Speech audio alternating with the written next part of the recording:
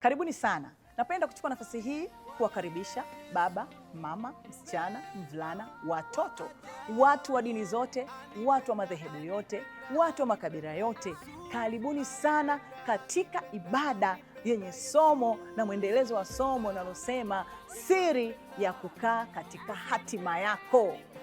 Usipange kukosa, mtu wa Mungu. Ninakukaribisha sana. Ni Jumapili hii, itakuwa ni mwendelezo. Ni Jumapili hii, usipange kukosa. Mtumishi wa Mungu Pastor Rolf Kibaja na watenda kazi atakuwepo kwenye hiyo ibada ili aweze kukuhudumia wewe. Karibu sana. Mahali eneo lilipo kanisa ni Ubungo External. Ukishashuka Ubungo External unaelekea shule ya Makamba. Ukifika shule ya Makamba kuna ile barabara pale inaenda kutokea Tabata Kimanga. Unaposhuka tu kwenye bonde ndipo mahali ambapo kanisa lilipo. Utaliona kanisa la Love of Jesus. Karibu sana. Mtumishi wa Mungu atakuwa anaombea watu. Kwa hiyo usipange kukosa. Ibada zetu zipo kama ifuatavyo. Kuanzia saa 3 kamili asubuhi mpaka saa 4 ni ibada ya maombi. Kanisa zima tunaingia, tunamlingana Bwana. Na kuanzia saa 4 kamili mpaka saa 7:30 mchana tunakuwa tumemaliza ibada maalum.